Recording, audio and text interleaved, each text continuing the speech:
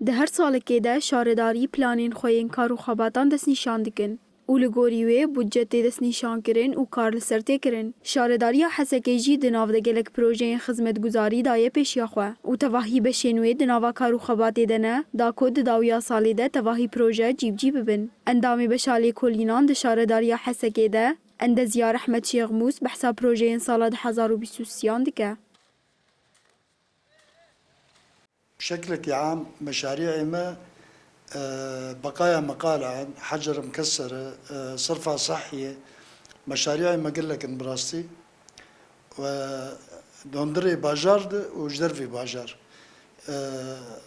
بلدياتي مني تابعي بلديامة حسكي مشروعي ما حجر مكسر عزياهي كومينا شهيد يلماس مشروعي بقايا مقالعي كومينا يلماس زوجي كندك أوجي مشروع بقايا هي حجر مكسر هي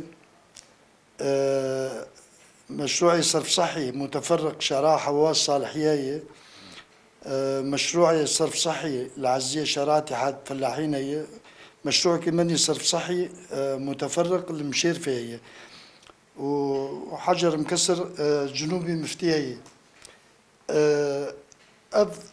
مشاريعي من دهندري بلد بشكل عام.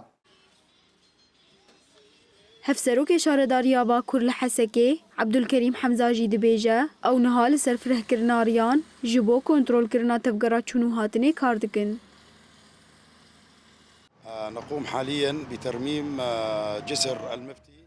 ام niha pira miftî çaksaz dikin ew jî birakirina peyara başûr û danîna navereyekê. Ev yek jî ji bo sivîkirina tevgera çûn û hatinê. Her wiha emriyeke çûn û hatinê li rêya başûr ya beramberî bexçêkawa çê dikin û hûn karê reqakirina qîrê li tevahî taxan dikin. Ji ber nebûna derfet û karînan hinekî karê me dereng ma. Lê niha tevahî beşên me di nava karûxebatan de ne. كما تقوم كافة الأقسام الموجودة في البلدية بأعمالها الدورية. Ne tenê rê, lê karê bi dewbûna bajêr û zêdekirina rûbera şînkahiyê li Hesekê tê kirin, baxçetên paqijkirin û darliwan tên çandin.